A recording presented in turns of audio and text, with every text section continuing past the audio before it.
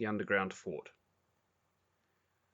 Every time somebody in the street had a load of wood delivered, Bryn and Smitty and Gormy and Horsey would make a fort, especially if there were boxes in the load. These forts only lasted until the person who owned the load came home that night and carted it inside his own place. If the wood belonged to Horsey's father, or Gormy's father, or Smitty's father, they would help him to carry it in, because then they would be allowed to make a fort in the backyard. They made most of their forts in Gormy's yard, amongst all the long grass and bits of wood. The O'Gormans were always getting boxes, because one of Gormy's older brothers was a wood and coal man. Mrs. O'Gorman didn't mind what they did in her backyard, as long as they kept away from her washing on washing day. They had a permanent fort around the side of Smitty's place, just under the bathroom window, and the gang spent a lot of their time there in the holidays. This was where they had all their feeds, talked about things they didn't want any grown-ups to hear. They had a special list of all the bad things that they had done. They would talk about this and make up their minds what they should do to add to it, and who was first at being the worst. Gormy had done the most bad things. He was usually first, but he was lucky because his mother and father were pretty old and didn't take much notice of him, while Smitty and Bryn and Horsey always had to go to bed early and tell where they were going to whenever they went out, and tell where they had been whenever they came home. Of course, they didn't always say where they had been, really, but still it made them not want to be too bad. The gang didn't keep the list of bad things in Smitty's fort. They kept them in a fort that they had made in the pine trees up behind the park. There was only one entrance to the fort in the pines, as it was all surrounded by gorse, and they had to crawl in on their stomachs to get to it. Inside the fort they had cut off the branches of some pine trees with an old tomahawk which Horsey had found down by the park. One of the trees was the lookout, and from the top of it Bryn, who was the special watcher, could see nearly all the pine plantation and down onto the park, without being seen himself. Just by another tree, Smitty had dug a hole, which he had kept hidden very carefully.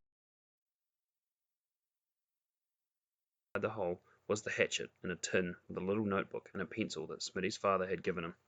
It was nearly all used, but on the spare pages Smitty had written down all the bad things. Sometimes they would go up to the fort on Friday night, or in the weekends. They would play Red Indians over the plantation, tracking each other down as they crept on their hands and knees along the soft pine needles. Several times Smitty and Horsey and Gormy just about lost Bryn. He would go tearing away till he found a hiding place, and then lie there for the rest of the afternoon, breathing softly to himself in the long grass, with his heart thumping on the ground when one of the others came searching nearby.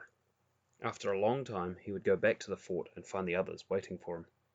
They would go off crook at him for staying away so long, and he would say, "Gee, I didn't know it was so late." On Sundays and Friday nights they would often see men with their girls walking about or sitting down in the pine trees, and Gormy would yell out some of the rude things he'd heard at home at them. Sometimes the men would chase Gormy and the others would have to run for their lives down the fire tracks, but nobody was ever caught. As Gormy said, "They'll never chase you very far. As long as you win the first couple of lampposts, you'll be right." In the winter, they mostly had to stick to Smitty's fort because it was too wet over the hills and up in the pines. They could always talk about their bad book, buried deep down with a hatchet in a certain place up there. Now and again, when Gormy had some extra money, he would send Bryn down to the shops to buy some cigarettes. "Go down to the grocer's shop and say you want some cigarettes." "What if I get caught?" said Bryn. "You won't get caught. Just say they're for your father," said Gormy. "But he doesn't smoke, and anyway, they know Dad at the grocer's shop." "We'll go to the dairy then," said Horsey. "Oh, no, I don't want to." "We'll let you have the cigarette card if you do," said Smitty. After a bit more persuasion and a bit more thinking on how it could improve his collection, Bryn would go off to the shop and buy a packet of cigarettes. When he got back, they would divide the 10 cigarettes up between them so they had 2.5 each. Smitty would lie on his back along the main part of the fort, blowing smoke through his nose, and Horsey and Gormy would try to copy him, but they'd usually swallow some down their throats and cough and cough. There was only room for one to stretch out in the fort, and the other 3 were a bit cramped. Every now and then they'd all shift around and change positions, but they had to do this bent over because you couldn't stand up in the fort.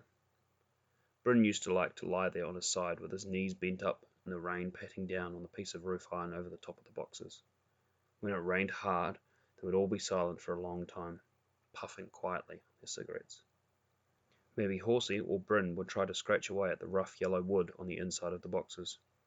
Sometimes strips of it could be torn off and used for all sorts of things, such as digging holes in the part of the floor that was clay, cleaning your nails, chewing if you were a bit hungry, or sticking in someone else's backside if the point was sharp enough. One day, in Smitty's fort, when they were all smoking, except Bryn, and the lamp was going too, they heard Mrs. Smith moving around in the bathroom, which was just above the fort. Then they heard the bathroom window open just above them. "Wonder if she can see the smoke coming out of here," whispered Gormy. "Quick, let's pretend it's the lamp making all the smoke," whispered Smitty. "By gee, the lamp's smoking badly today," said Horsey very loudly. "I've never seen it so much smoke before," said Smitty. And they went on talking about the lamp smoke, pretending that alone had caused the smoke. Meanwhile, they all put out their cigarettes and hid them in the tin under one of the boxes.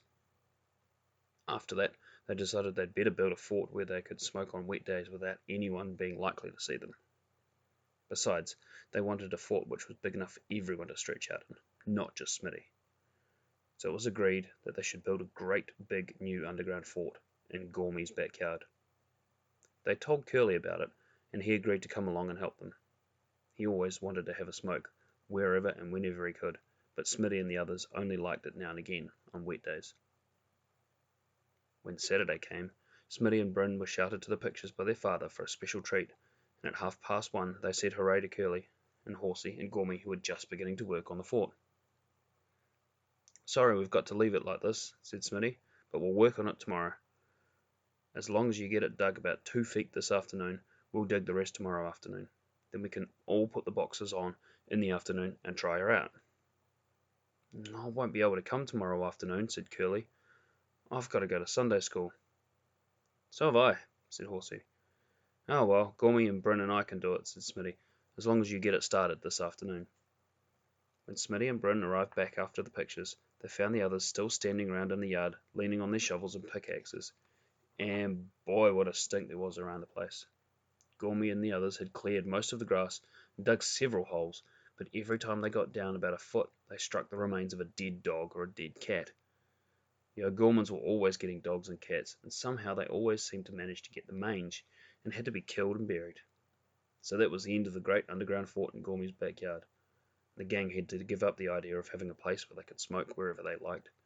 But it didn't really matter so much, because soon the sunny days came again, and they were away up the park playing footy, or in the plantation playing Red Indians. They forgot all about smoking in the great new underground fort in Gormy's place. But they never forgot about the stink of the O'Gormans' dead dogs.